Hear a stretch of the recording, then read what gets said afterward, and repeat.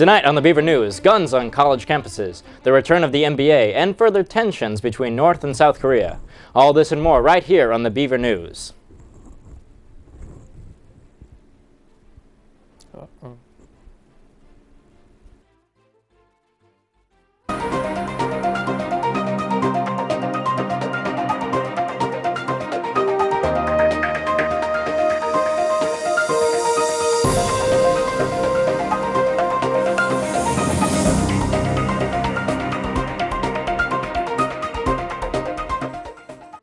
And welcome to the Monday night edition of the Beaver News. I'm Cassady Gilroy. And I'm Hayden Wilcox. A controversy arose earlier this school year when Oregon Court of Appeals moved to invalidate a law which prohibited the possession of weapons in Oregon University campuses. Due to this invalidation, it became possible for students and members of the community to own and carry concealed weapons across the campus. Recently, however, the Oregon University system has decided not to challenge this ruling. As reported by Camille Jacobson Ingram of the Daily Barometer, Diane Saunders, Director of Communications for OUS, said, quote, "We have decided not to appeal the ruling of the court, but instead to work on our own internal regulation policies. Student safety and a safe, secure learning environment are the key concerns for us, so anything that inhibits this type of environment or brings additional risk onto the campus concerns the Oregon University system," end quote. That being said, OUS is determined to enforce a safe environment where firearms are strictly banned. These environments include sporting events and residence halls. As of now, OUS is working on further programs that will put further limits on handguns here on campus. Having trouble registering for classes? You're not alone. Students are finding it harder than ever to register for courses, particularly major-specific ones, reports the Daily Barometer. Allison Boyce, a junior in health promotion, commented, quote, "The problem is the classes that are major-specific fill up with senior students before we can register for them. With the way the system is set up and the amount of credits and prerequisites you need to get into certain major-specific classes, it makes it really difficult to graduate on time," end quote. The university has recognized this problem and has responded by recently hiring 80 new faculty members from institutions such as Harvard, MIT, and Cornell. The university is confident that these will help ease pressure of registering as OSU's record enrollments of 25,500 students try to get into classes. OSU's President Ed Ray also commented that the new hires are vital, not just to the university, but to Oregon's future economic success. He said, quote, "Oregon will be prepared in the global marketplace of tomorrow with a highly educated workforce supporting this state's companies and industries." Returning from the biggest food-based holiday in the nation, there's only one thing I bet everyone is tired of hearing about, and that's food. But we thought we might just whet your appetite with news of a new food movement taking place on campus. In response to the massive amount of burgers, pizza, and fries found at many dining centers, many people are concerned as to where they can find a truly healthy meal. Well, look no further than our own Pangea restaurant, located in the Memorial Union. As part of the new, healthier program, Pangea will be offering a $5 all-you-can-eat veggie day, all day, every Monday at their restaurant in the MU. As reported by Vinay Ramakrishnan of the Daily Barometer, this healthier eating program has been encouraged by changes in the UHGS dining system, which has done a lot to see that healthier choices are being introduced into the dining halls. Students can now see $2 salads at Cullabaloo's, as well as nutritional information in regards to all dining hall foods online. Having trouble getting quality sleep in these study-filled weeks? The answer is not a trick, and you most definitely know it too. Exercise! A new study conducted by OSU seeks to emphasize and better explain the benefits that physical activity has for sleep. In a nationally represented sample of more than 2,600 men and women aged 18 to 85, the student concluded that up to 40% of the population has trouble falling asleep. However, simply by adding in 150 minutes of moderate to vigorous activity a week, reports of 65% improvements in sleep quality were recorded. Brad Cardinal, a professor of exercise science and one of the authors of the study, said, quote, "Physical activity may not just be good for the waistline and heart, but it also can help you sleep. There are trade-offs. It may be easier when you're tired to skip the workout and go to sleep, but it may be beneficial for your longer-term health to make the hard decision and get your exercise," end quote. So for less than 3 hours in a 168-hour week, you could get your body and mind ready for work and those finals. Antibiotics. They can help you cure all sorts of disease and can help your body fight off infection. but a group of students from the Oregon Alliance working for antibiotic resistance education, better known as AWARE, has shown that not everything about antibiotics is all well and good. Last Friday, students from the AWARE program gave a presentation in Portland's Pioneer Courthouse Square in order to explain the misuse and side effects of antibiotics. As reported by Michael Mendez of the Daily Barometer, AWARE, created in 2001, is a program designed to debunk medicine myths and to educate the public about potential side effects of any kind of antibiotic misuse. Jeffrey Linder, a student from Harvard Medical School, explained that the improper use of antibiotics, which kill bacteria, can kill good bacteria in the intestines as well as bad bacteria, and when people take antibiotics incorrectly, it can lead to even bigger problems. The most drastic of these problems would be what is called a superbug, otherwise known as a strain of bacteria that becomes immune to different forms of antibiotics. Students involved in the National AWARE program can earn credits towards their education and vary from colleges around the country and include several students from OSU's College of Pharmacy. College is for an education, of course, but one of the most important things you'll take away from it are lifelong friendships with people whom you'd never thought you'd meet. Even if you think you're limited by language or cultural barriers, there are places for you, thanks to programs such as the Cross-Cultural Mentoring Program here on campus. The Barometer reports that the main focus of the program was to create a cross-cultural educational experience while also building networks and connections outside of a normal group of friends. Currently, 65% of the participants in the program are international students, which provide for one of the most diverse experiences a person can have. The program also holds a number of events throughout the year, which include holiday socials, experience workshops, and multicultural dinners. Tobin Hanson, a Spanish professor, highly recommends the program, saying, quote, "The program is a wonderful way to meet new people from different cultures. Talk to the program coordinator or someone else involved. Those 10 minutes finding out more about what we do may inspire you to get involved, ultimately paying huge dividends." Iron pyrite, better known as fool's gold, has long been known to have but one purpose in its existence: to crush the dreams of prospectors. That's all it would have been known for if it weren't for a hunch by the chemists here at OSU. For 25 years, fool's gold has been known to have interesting solar properties, but all attempts to integrate it into modern solar technology have failed. As reported by the university, scientists noticed that when they would melt down the pyrite to form into solar cells, they found that its properties had been degraded, and that the intense heat caused the pyrite to decompose and prevent the creation of electricity. Even though pyrite could be made into layers more than 2,000 times thinner than its competitors, there was still no way to move forward in its development because of that roadblock. However, it is this knowledge that led scientists at OSU to investigate substances that had the same properties as pyrite but did not decompose. What they found was iron silicon sulfide.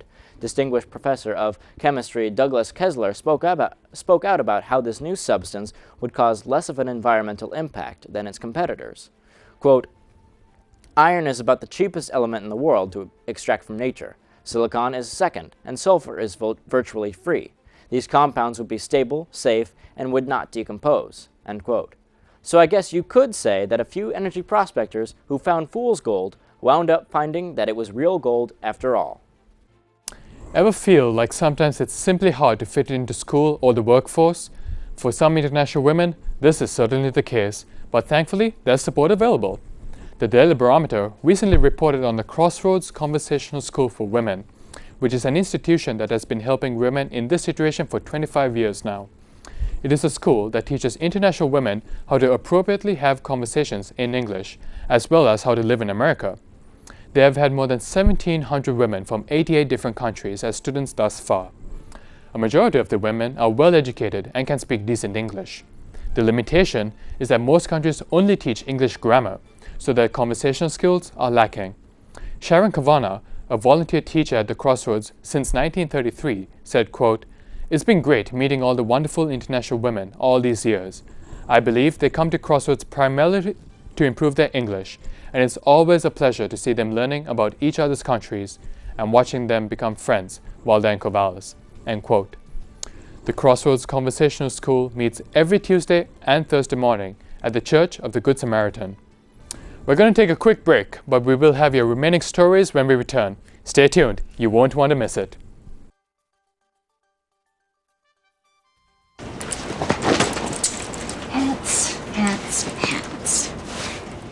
I am folding the pants. The pants are long. Do they go on my head? Do they? Do the pants go on my head? No. They go on Everyday moments can become teaching moments because learning starts long before school does. Give your child the start they need at bornlearning.org. So you can't save money? That's easy as pie. Brown bag your lunch instead of going out. $6 save times 5 days a week times 10 years is 21,000 bucks. That's a lot of lettuce. Small changes today, big bucks tomorrow. Feedthepig.org. Hair loss. Now this rash on my face, what's going on? For answers, ask your doctor the right question. Could I have lupus?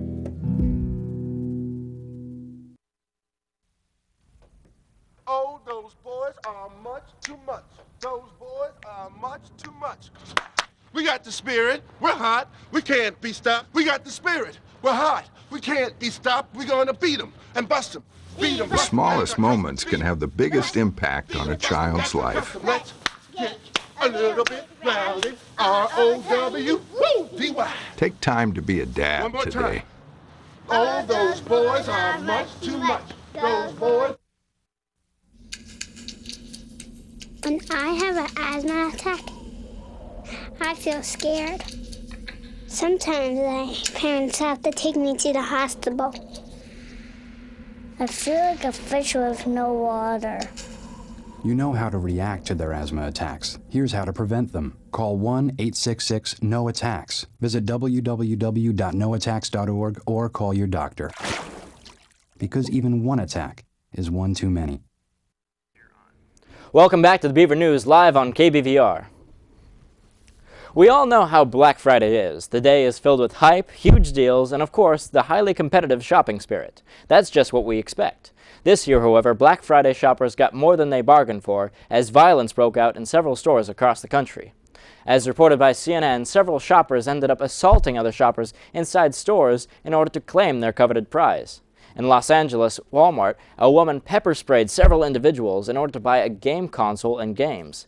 10 people were incapacitated by the spray, while the assailant was able to purchase her items before police arrived on the scene. Similar incidents happened at or near Walmart stores in 7 states around the country, including South Carolina, North Carolina, Florida, New York, Alabama, and Connecticut.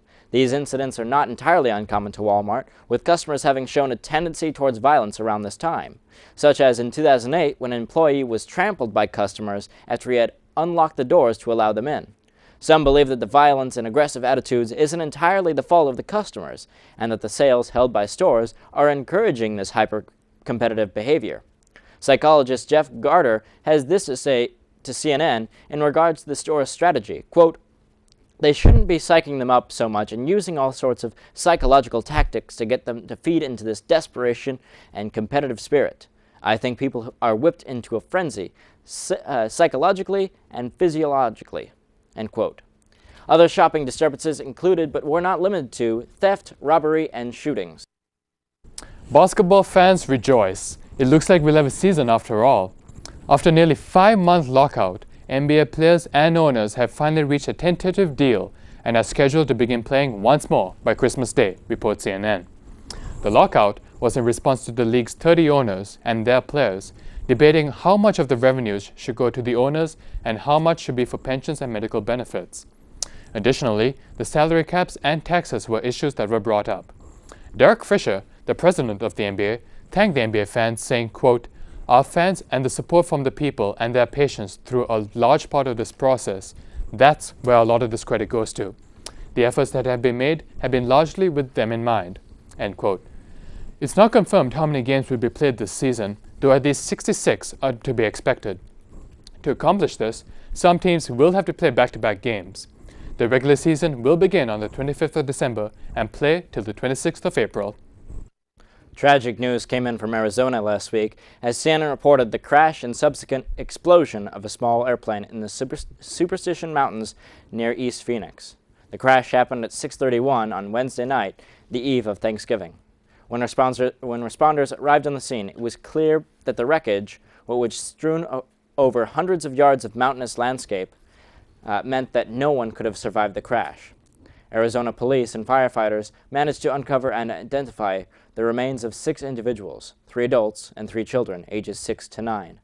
The county deputy was able to recognize the remains of one of the bodies on Thursday and was therefore able to identify the rest of the victims. The report shows that the only passengers aboard the plane, including a father, his 3 children, and 2 additional males, all were Arizona citizens. Federal officials began their investigation on Thursday, but have not yet found the cause for this devastating crash. Sirhan, the man convicted of assassinating presidential candidate Robert Kennedy, has been jailed unjustly, also says new evidence that his defense attorney filed earlier this week. As reported by CNN, the attorneys are filing for his release or retrial based on formidable evidence that asserts his innocence. Additionally, Sirhan's lawyers also claim recently uncovered evidence of 2 shooters in the 1968 assassination and that Sirhan's gun was not in play. Furthermore, they assert that Sirhan was, quote, an involuntary participant in the crimes being committed because he was subjected to sophisticated hypnoprogramming and memory implantation techniques, which rendered him unable to consciously control his thoughts and actions at the time the crimes were being committed, end quote. An analysis of the recently uncovered audio tape of the assassination confirmed the multiple weapons fired, and while Sirhan has claimed for decades that he cannot remember the incident, only through recent extensive memory experiments can he recall the day. Whether he was in fact hypnoprogrammed remains to be confirmed. Poverty has been and continues to be a huge problem in today's society, keeping many families from necessities like clothing, shelter, and most importantly, food. In 2010, the U.S. Department of Agriculture reported that 14.5% of households in America, approximately 17.2 million families, lacked enough resources to feed everyone in their family. During that time period, 6.4 million families saw their meal plans reduced because there simply wasn't enough money for food. On top of that, families who are forced to work 2 jobs just to put food on the table find it difficult to find healthy foods that are inexpensive. In regards to the hunger crisis in America, Paula Thornton Greer of Feeding America, spokeswoman, said, quote, "It's invasive and real. It's a time of record need, a time when you're seeing people from all walks of life needing to turn to assistance to meet their food needs," end quote. However, programs like Cooking Matters are making it easier for low-income families to find and learn how to cook healthier meals at a lower price. As reported by CNN, Cooking Matters, launched 20 years ago through the nonprofit group Share Our Strength, is a free 6-week class that teaches parents how to shop with their child for healthy, inexpensive meals. Volunteer chefs like Lee Armstrong of Brooklyn are already making a difference in teaching students and parents alike how to make delicious, healthy meals on a budget, while also encouraging the bonding process between parent and child. This movement has spread throughout the country, serving more than 11,000 families. Tired of being X-ray scanned and being forced to remove articles of clothing at the airport? You may be able to breathe easier as alternative security measures being tested in the European Union may become commonplace. As reported by CNN, the IATA, which is the International Air Transport Association, demonstrated their new technology earlier this year. Amongst these was a thermal light detector that supposedly is able to capture variations in facial temperature when questioned. Professor Hassan Ugail, the leader of the research, stated, quote, "When someone is making something up on the spot, brain activity usually changes and you can detect this through the thermal camera," end quote. Behavioral detection officers are being given more attention as well. Specially trained to stimulate the involuntary physical and physiological reactions that people display when they are fearful of being discovered, these officers engage passengers in casual conversation and are currently operating in 161 airports nationwide. We're heading into a final break of the evening, but we'll have your international stories, including a new diet to ward off heart attacks. Stay tuned.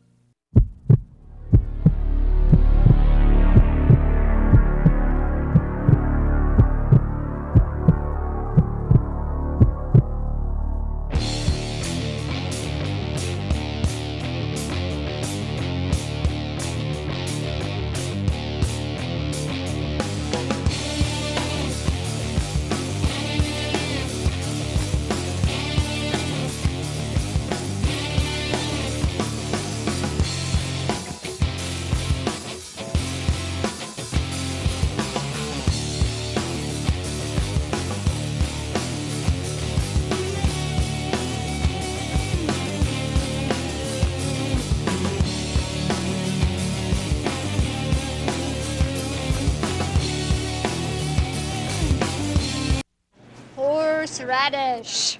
Is that for horses? Remember me, Mr. Lobster? From last Tuesday? Banana. Banana. Banana. Here comes the rain. We need a hat. And why do we need a hat? They got. That's right. When you talk with your child, you build vocabulary, and learning starts long before school does. For more tips, go to bornlearning.org.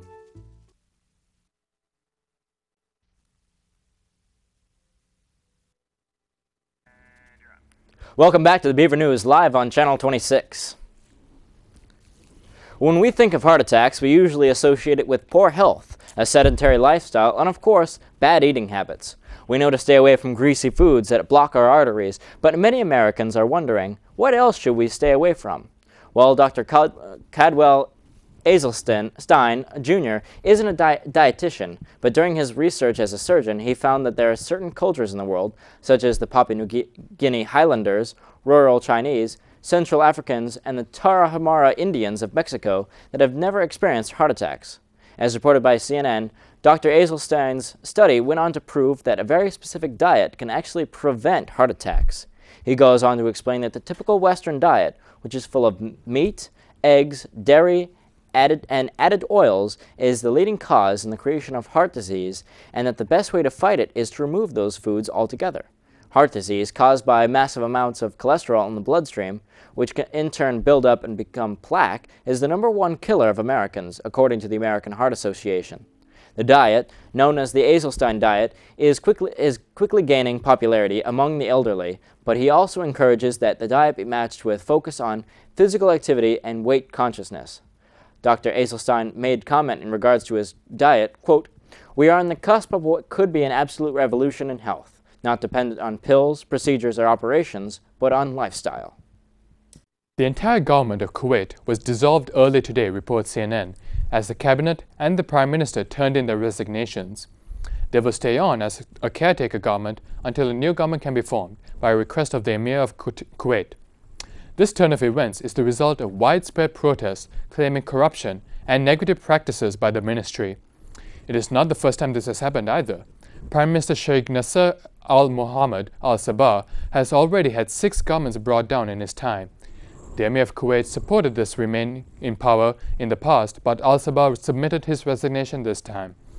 In a letter presented to the Emir, he accused the parliamentarians of promoting disunity and doubting the integrity of the country's leaders. He said, quote, "Under these circumstances, it has become impossible for the government to pursue shouldering its responsibilities and fulfilling duties." Tensions are reaching an all-time high between North and South Korea this week after a South Korean military exercise on the island of Yeonpyeong, which marked the anniversary of a deadly northern attack nearly a year ago. North Korean forces saw this military exercise as a rehearsal for war and immediately threatened the southern presidential office with a sea of fire if southern forces continued military activity in the area. A year ago Wednesday, the island was attacked by North Korean forces and took 2 military and several civilian casualties. Until that moment, the security between the two countries had been relatively unquestioned. CNN reports that the full threat included this message from the Office of Northern Military Supreme Command, quote, "To impair the dignity of the North again and to fire one bullet or shell towards its inviolable territorial waters, sky, and land, the deluge of fire upon Yeonpyeong Island will lead to that in Cheongwa-dae, and the sea of fire in Cheongwa-dae to the deluge of fire sweeping away the strongholds of the group of traitors." End quote. As of yet, the South Korean government has not made any comment about the threat, but has ended military exercises in the area. U.S.-Pakistan relations as a NATO aircraft killed 24 Pakistanis Saturday, reports CNN. U.S. and NATO troops were in Afghanistan following military operations from the recent war and are currently stationed in the Mohmand region of Afghanistan, which is on the border of Pakistan. Pakistan and Afghanistan have been in a state of perpetual conflict, and it is not uncommon for Pakistani insurgents to fire into Afghanistan from border checkpoints, as was the alleged case that caused NATO to respond with an airstrike. Pakistan denied all reports that stated their troops prompted the attack. In an interview with Pakistani Prime Minister Yusuf Raza Gilani, it was stated that Pakistan is re-evaluating its relationship with the United States. Pakistan has already ordered the US to vacate an airbase that they use in Islamabad, the capital of Pakistan, and has indefinitely closed the two main overland routes that NATO uses to send non-lethal supplies to Afghanistan. A US military-led investigation is underway to find out what coordination failures may have occurred before the airstrike, but thus far have not been able to confirm any details of the events leading up to the strike. An update in the conflict in Syria. Foreign ministers from 19 Arab League countries voted Sunday to impose economic sanctions against the Syrian regime in efforts to quell the violations of human rights, reports CNN. Syria has been in a state of uprising since March as anti-government protesters began demanding that Syrian President Bashar al-Assad step down. Demonstrations have been growing progressively more violent, resulting in the deaths of at least 3,500 civilians. The Syrian government has consistently blamed armed gangs for the violence and has recently warned that the international community that foreign intervention will have dire repercussions, which is what prompted the economic sanctions. Qatar, a member of the Arab League, voted in favor of the sanction. Qatari Foreign Minister Hamad bin Jassim Al Thani said, quote, "All the steps that we are carrying out to avoid foreign interventions in Syria. Will we succeed? We don't know. We have responsibilities not only as Arabs, but as human beings to stop the bloodshed in Syria," end quote. The League will be meeting this Saturday in Doha, Qatar, to finalize the details of imposing the sanction. Well, that's all the news we have for you tonight, but be sure to tune in tomorrow for more of your local, national, and international news right here on KBVR.